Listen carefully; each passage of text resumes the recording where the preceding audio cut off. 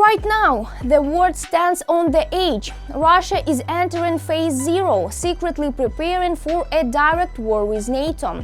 Trump says he's almost ready to send Tomahawk missiles to Ukraine, and Putin is already panicking. Meanwhile, the Black Sea Fleet is collapsing and the countdown to Crimea's liberation has begun. Welcome to Ukraine Today. I'm Zorislava Klesnikova, and in this episode we uncover how Moscow is losing control, how Washington is changing the game, and why the end of Russia's empire might come from the sea. Stay tuned, this one's explosive. Russia enters phase 0, Kremlin prepares for war with NATO. From fake news to provocations, Moscow is ramping up its psychological warfare. Russia has entered phase 0, the stage of preparing society and the military for a larger, deadlier conflict. The Kremlin is now laying the groundwork for a future war with NATO. Is this just bluff or the beginning of something far more dangerous? From fakes to provocations, Moscow is once again resorting to its old ways, spreading lies, staging provocations, and using intimidation. Russia is accelerating the phase of information and psychological preparation, the so-called Phase 0, in its campaign to prepare for a possible war with NATO. Russia has entered the first phase of preparation, Phase 0, to transition to a higher level of war than the one it is currently engaged in. For example, a future NATO-Russia war, write analysts from the Institute for the Study of War. Since the fall of 2025, Moscow has sharply intensified its operations. From drone incursions into NATO countries' airspace to false statements by the Foreign Intelligence Service about alleged planned attacks in Europe. The latest accusations against the United Kingdom claim that London is planning attacks by pro-Ukrainian Russians on military and civilian vessels. The statement by the Russian Foreign Intelligence Service on October 6 follows similar false statements by the SVR regarding European countries such as Poland, Moldova, and Serbia. In recent weeks, the SVR has begun making such statements more frequently, indicating a new pattern of coordinated actions, write analysts from the Institute for the Study of War. These actions are not spontaneous. This is a carefully constructed strategy based on the experience of 2014 and 2022, when the Kremlin used disinformation as an artillery barrage before the full-scale invasion of Ukraine. Meanwhile, the alliance is stepping up its monitoring of Russian information and psychological operations, recording a surge in activity from trolls and fake networks. The campaigns are especially noticeable in Poland, Germany, Slovakia, and the Baltic countries. It is precisely there that Moscow is trying to provoke war fatigue and distrust in allied commitments. Under the guise of alternative opinions and anti-globalist movements, the Kremlin is building a network of loyal speakers, bloggers, and pseudo-experts. Their task is to implant the idea that NATO is supposedly provoking Russia, that the West is tired of Ukraine, and that a new war is inevitable. In addition, rumors about mobilization and threats of nuclear weapons use are being spread in Western countries. The fact that Putin plans to go further, he said this back in December 2021, that his goal is not just Ukraine, his goals include all of Eastern Europe and also the Arctic region.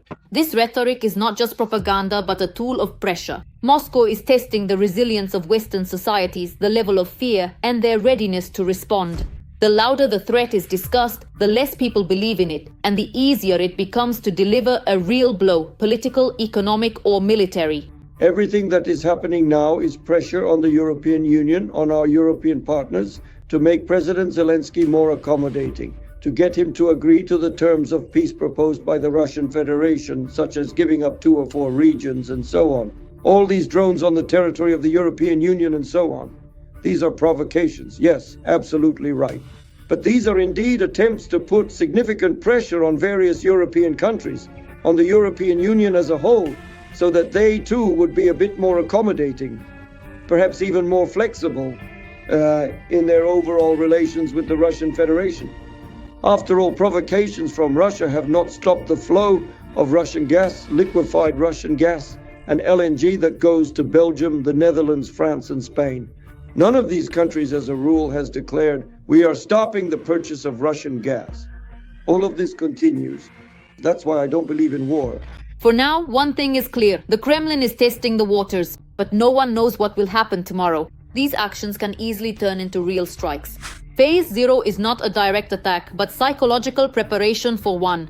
Its goal is to destabilize the information space, sow panic, distrust, and a sense of the inevitability of a new war. Right now, the future of the entire continent depends on the reaction of Western politicians. Trump ready to send Tomahawks to Ukraine. Putin threatens escalation.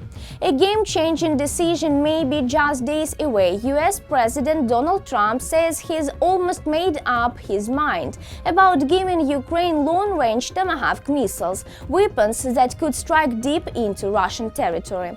But in Moscow, Putin is already firming, warning that such a move would bring a new level of escalation.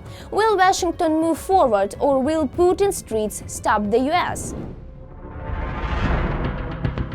US President Donald Trump has almost made a decision to provide Ukraine with long-range Tomahawk missiles.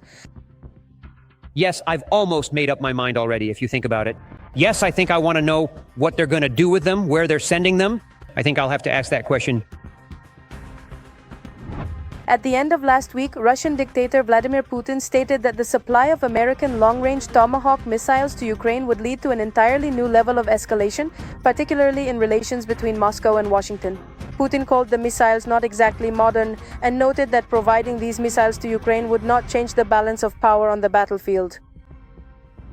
As for whether or not there will be Tomahawks, I'll say that I'm still not 100% sure. For now, it seems to me that it's more likely no than yes.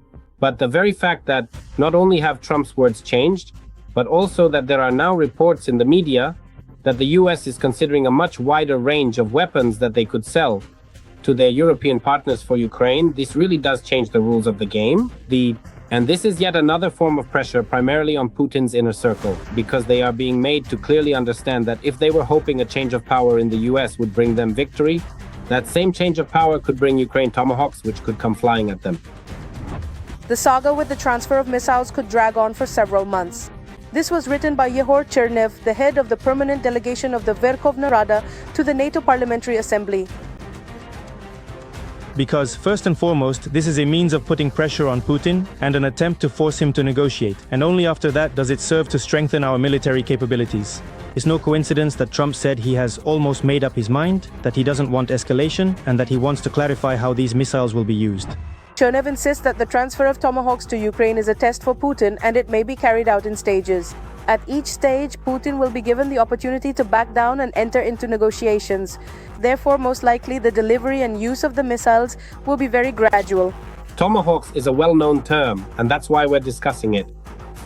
But I would venture to suggest that there are other types of missiles that are unknown, which are quite possibly better than the Tomahawk. Tomahawks are not a new invention, they are fairly old missiles.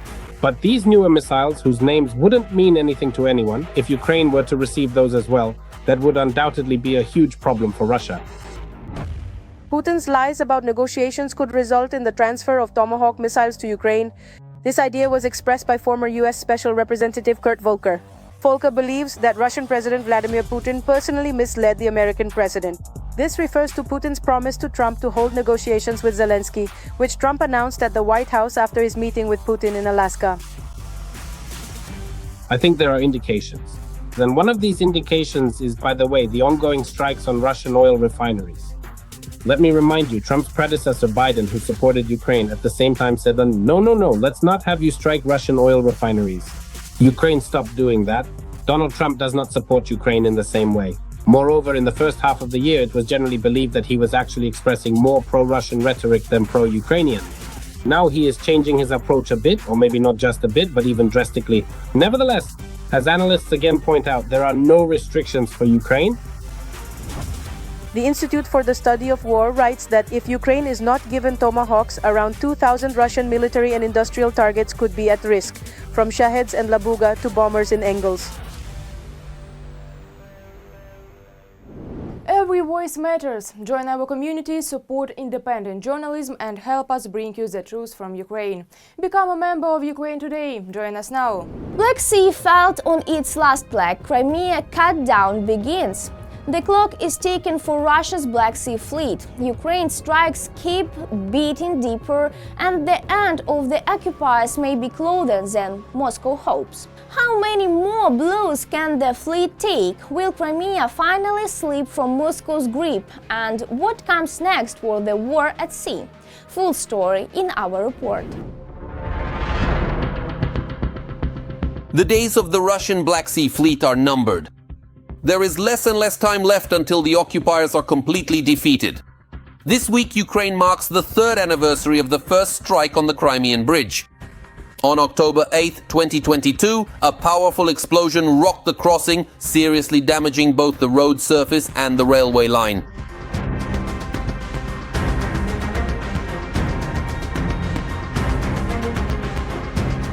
At that time, Ukraine saw the emergence of an entirely new and unique branch of the military and its own advanced type of weapon, naval drones.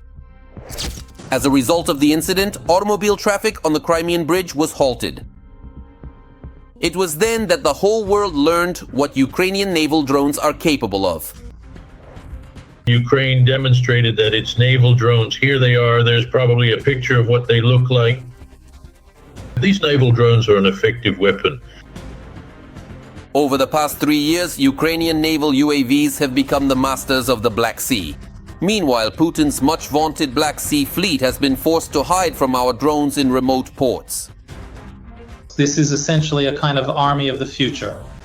This is the element that will help save human lives, that will allow us to operate more efficiently. The effectiveness of modern Ukrainian naval weaponry is hard to dispute. Time and again, it manages to break through enemy defenses and make its way into Russian ports and bays. Drones both in the air and on the ground are highly visible, and they are targeted by automatic cannons as well. So basically, they open what seems to be aimed fire, but really it's more like shooting by eye, and yet they can't hit it. And that's despite the fact that it's perfectly lit, clearly visible, moving relatively close by, they still can't hit it. It's a total disaster. And with every new attack on Russian warships, Ukrainian drones are becoming more and more advanced technologically. Naturally, now they are going to actively target this entire supply chain, simply because the Ukrainians have really committed themselves to this effort. They are succeeding, they see that Russia's air defense system is failing everywhere, so why not give it a try? Now Putin no longer has a single remote base in the Black Sea where the bunker dweller could hide his fleet from Ukrainian drones. It has just been reported that Ukroboronprom has signed a cooperation agreement with American partners, which gives Ukraine the opportunity to acquire for itself Fontupeniro Wastarsu, a completely new type of drone Ekranoplan with a range of almost 5,000 kilometers and a payload of 1 ton. We have agreed to cooperate within the float and fly concept, and we also plan to jointly develop solutions to increase the speed and stability of our products. We are interested in developing production on the territory of Ukraine as well as organizing training for our weapons specialists. This news has caused yet another wave of panic in the Kremlin. Now every military vessel and all, without exception, Russian army bases on the Black Sea are in the crosshairs of the Ukrainian armed forces. We can clearly see that both the sheer quantity and the impressive quality of these advanced drones now effectively allow Ukrainian forces to significantly vary their tactical use and thereby create a certain diverse mix of different types of unmanned aerial vehicles in order to achieve their objectives. And Ukrainian soldiers, like no one else, know how to achieve their goals by any means possible. It's no coincidence that they are setting global trends in naval operations. Ukraine's naval drones have prompted other countries to adopt similar technologies.